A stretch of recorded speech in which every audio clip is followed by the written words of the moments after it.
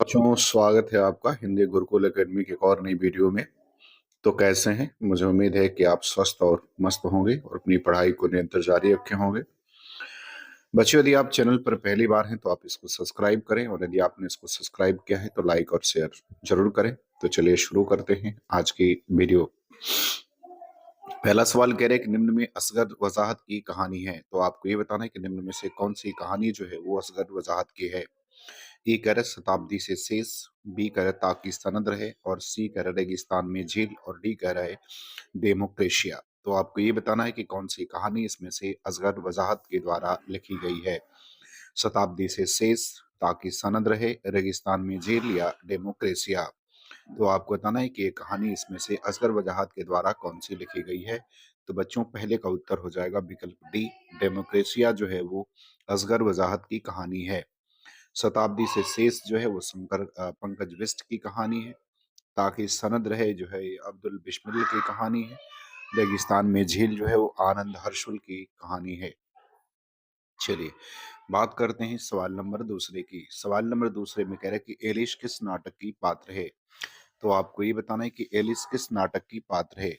ए कह रहा है भारत दुर्दशा, बी कह रहा है स्कंदगुप्त, सी कह रहा है चंद्रगुप्त, और डी कह रहा है भारत सौभाग्य। तो आपको ये बताना है कि एलिश जो है वो किस नाटक की पात्र है। भारत दुर्दशा की पात्र है, स्कंदगुप्त की पात्र है, चंद्रगुप्त की पात्र है, या भारत सौभाग्य की पात्र है। तो बच्चों, एलिश जो है वो चंद्रगुप्त की पात्र है, अर्थात विकल्प सी जो है वो आपका करेक्ट आंसर हो जाएगा। तो दूसरे का कौन सा सही होगा? तो दूसरे का सी जो है वो सही हो जाएगा। चलिए बात करते हैं सवाल नंबर तीसरे की। सवाल नंबर तीसरे में कह रहा है कि सानुप्रास एवं चमत्कारिक पदावली पूर्ण भाषा का प्रयोग किसने किया है। आपको ये बताना है कि सानुप्रास एवं चमत्कारिक पदावली पूर्ण भाषा का प्रयोग किसने किया है। ए कह रहा है बालकृष्ण भट्ट, बी कह रहा है प्रताप नारायण मिश्र, सी प्रेमघन, और डी बाल मुकुंद गुप्त। तो आपको ये बताना है कि सानुप्रास एवं चमत्कारी पदावली पूर्ण भाषा का प्रयोग किसने किया। बालकृष्ण भट्ट ने किया, प्रताप नारायण मिश्र ने किया, प्रेमघन ने किया, या बाल मुकुंद गुप्त ने किया। तो बच्चों, तीसरे का उत्तर क्या होगा? तो तीसरे का उत्तर सी सही हो जाएगा, प्रेमघन ने किया था। बात करते हैं सवाल नंबर चौथे की। कह रहा है निम्न में कौन रेडियो नाटककार नहीं है। तो आपको ये बताना है कि निम्न में से कौन जो है रेडियो नाटककार नहीं है। ए कह रहा है चिरंजीत, बी कह रहा है आचार्य बृहस्पति, सी कह रहा है अमृतलाल नागर, और डी कह रहा है सुदर्शन मजीठिया। तो आपको ये बताना है कि इसमें से कौन सा जो है वो रेडियो नाटककार नहीं है। चिरंजीत नहीं है, आचार्य बृहस्पति नहीं है, अमृतलाल नागर नहीं है, या सुदर्शन मजीठिया नहीं है। तो बच्चों, इसमें से रेडियो नाटककार जो है वो सुदर्शन मजीठिया नहीं है, अर्थात विकल्प डी जो है वो चौथे का सही हो जाएगा। रेडियो नाटककार पूछ रहा है। चलिए बात करते हैं सवाल नंबर 5 की। कह रहा है कि निम्न में से कौन सा उपन्यास देश विभाजन से संबंधित नहीं है। तो आपको ये बताना है कि कौन सा उपन्यास जो है देश के विभाजन से संबंधित नहीं है।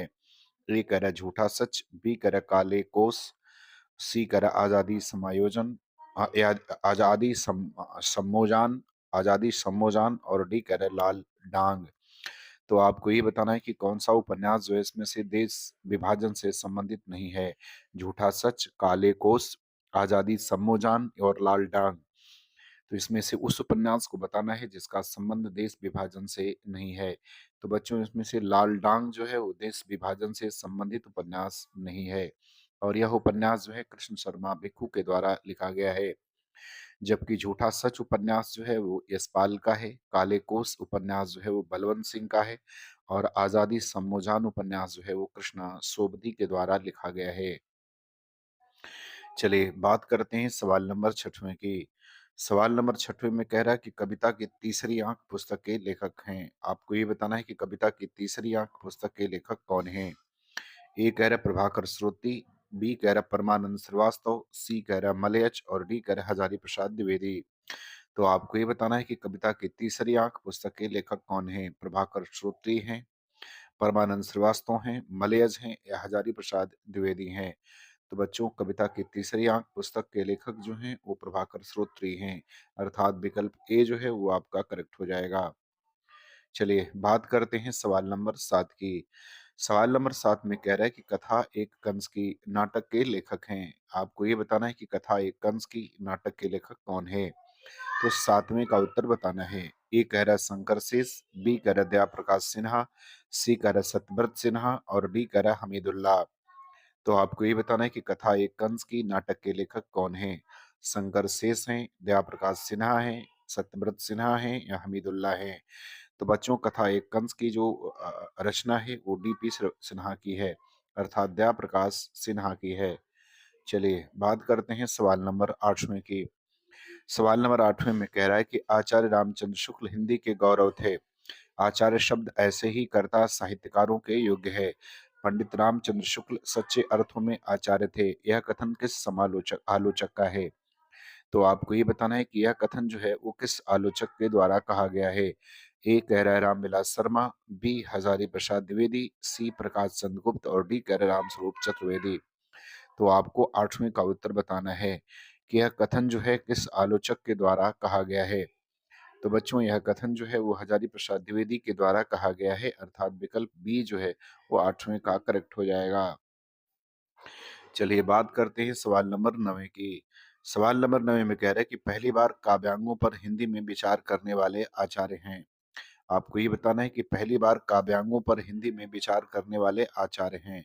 ए कह रहा है चिंतामणि, बी कह रहा है केशवदास, सी कह रहा है कृपाराम और डी कह रहा है भिखारी दास। तो आपको ये बताना है कि पहली बार काव्यांगों पर हिंदी में विचार करने वाले आचार्य कौन से हैं। तो 9वें का उत्तर क्या हो जाएगा? तो बच्चों, 9वें का उत्तर केशवदास हो जाएगा, अर्थात विकल्प बी जो है वो करेक्ट हो जाएगा। चलिए बात करते हैं सवाल नंबर 10वें की।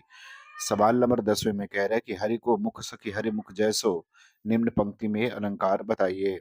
तो आपको बताना है कि हरि को मुख सखी हरि मुख जैसो, अर्थात हरि का मुख हरि के मुख के जैसा है, इस पंक्ति में कौन सा अलंकार होगा? ए कह रहा है प्रतीप अलंकार, बी कह रहा है निर्दर्शना अलंकार, सी कह रहा है विभावना अलंकार और डी कह रहा है अनन्वय अलंकार। तो 10वें का उत्तर आपको बताना है कि कौन सा अलंकार होगा। तो बच्चों, 10वें में जो अलंकार हो जाएगा वो अनन्वय अलंकार हो जाएगा। अनन्वय अलंकार का मतलब होता है कि जहां उपमेय की तुलना उपमेय से ही कर दी जाती है, उसको अनन्वय अलंकार कहते हैं। तो हरि के मुख की तुलना हरि के मुख से ही की गई है, इसलिए 10वें का उत्तर डी सही हो जाएगा। बात करते हैं सवाल नंबर 11 की। 11 में कह रहा है कि नृपमौम कौहय दीजिए अथवा मंद गजेंद्र में काव्य दोष कौन सा है? तो आपको ये बताना है कि इसमें कौन सा काव्य दोष है। अधिक पतत्व दोष है, न्यून पदत्व दोष है, दुष्क्रमत्व दोष है या अप्रतितत्व दोष है। तो आपको बताना है कि इस पंक्ति में कौन सा काव्य दोष परिलक्षित हो रहा है। तो 11 का उत्तर आपको बताना है। तो बच्चों, इसमें दुष्कर्मत्व दोष जो है वो परिलक्षित हो रहा है, अर्थात विकल्प सी जो है वो आपका करेक्ट आंसर हो जाएगा 11 का। चलिए बात करते हैं सवाल नंबर 12 की। सवाल नंबर 12 में कह रहे हैं कि खड़ी बोली हिंदी का प्रथम महाकाव्य है। तो आपको ये बताना है कि खड़ी बोली हिंदी का पहला महाकाव्य कौन है। ए कह रहा है कामायनी, बी रामचरितमानस, सी कह रहा है साकेत और डी कह रहा है प्रिय प्रवास। तो आपको ये बताना है कि हिंदी खड़ी बोली का प्रथम महाकाव्य जो है वो कौन सा है। तो बच्चों, हिंदी खड़ी बोली का पहला महाकाव्य जो है वो प्रिय प्रवास है। कौन सा है? वो प्रिय प्रवास है। जबकि कामायनी भी खड़ी बोली में है, लेकिन इसका प्रकाशन 1935 में है, साकेत का 31 में है, जबकि प्रिय प्रवास का प्रकाशन 1914 में है और रामचरितमानस जो है वो अवधि में लिखा गया है। चलिए बात करते हैं सवाल नंबर 13 की। सवाल नंबर 13 में कह रहा है कि हारे को हरिनाम शीर्षक काव्य ग्रंथ के रचनाकार हैं। तो आपको ये बताना है कि हारे को हरिनाम शीर्षक काव्य ग्रंथ के रचनाकार कौन हैं। ए कह रहा मैथिली शरणगुप्त, बी कह रहा रामधारी सिंह दिनकर, सी कह रहा वियोगी हरि और डी कह रहा सुमित्रा नंदन पंत। तो आपको ये बताना है कि हारे को हरिनाम शीर्षक काव्य ग्रंथ के रचनाकार कौन हैं। मैथिली शरणगुप्त हैं, रामधारी सिंह दिनकर हैं, वियोगी हरि हैं या सुमित्रा नंदन पंत हैं। तो बच्चों, इसका उत्तर हो जाएगा रामधारी सिंह दिनकर, अर्थात विकल्प बी जो है वो आपका करेक्ट हो जाएगा। चलिए बात करते हैं सवाल नंबर 14 की। सवाल नंबर 14 में कह रहा है कि निम्नलिखित में से किस लंबी कविता के रचयिता मुक्तिबोध हैं। आपको ये बताना है कि इसमें से कौन सी लंबी कविता है जिसके रचयिता मुक्तिबोध हैं। ए कह रहा है पेसोला की प्रतिध्वनि, बी कह रहा है अंधेरे में, सी कह रहा है राम की शक्ति पूजा और डी कह रहा है असाध्य बीड़ा। तो आपको ये बताना है कि किस लंबी कविता के रचयिता जो है वो मुक्तिबोध हैं। पेसोला की प्रतिध्वनि, अंधेरे में, राम की शक्ति पूजा या असाध्य बीड़ा। तो इसमें बच्चों उत्तर क्या होगा? तो बच्चों उत्तर हो जाएगा अंधेरे में, अर्थात विकल्प बी जो है वो करेक्ट हो जाएगा। तो 14 का बी जो है वो सही हो जाएगा। चलिए बात करते हैं सवाल नंबर 15 की।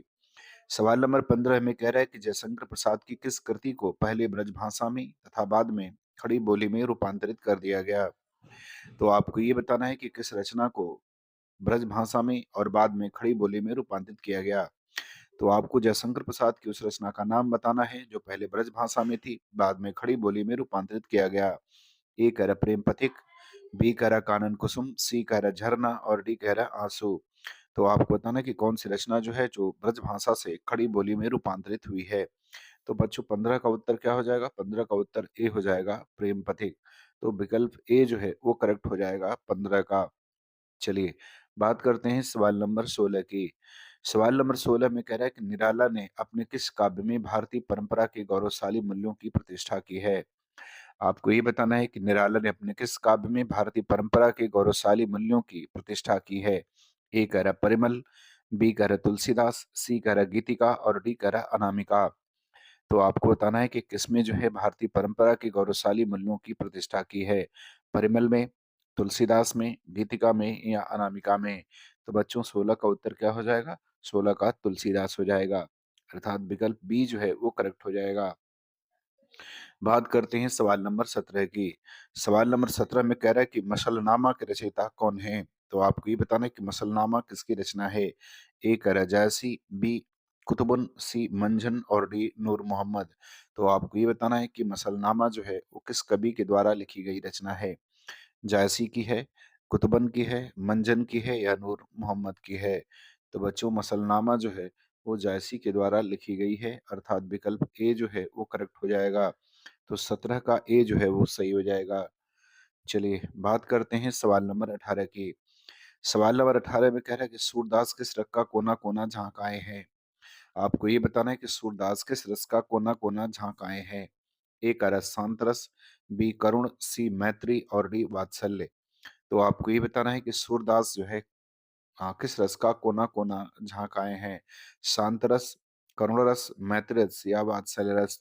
तो बच्चों 18 का उत्तर क्या हो जाएगा? 18 का उत्तर डी हो जाएगा, वात्सल्य रस जो है उत्तर इसका हो जाएगा।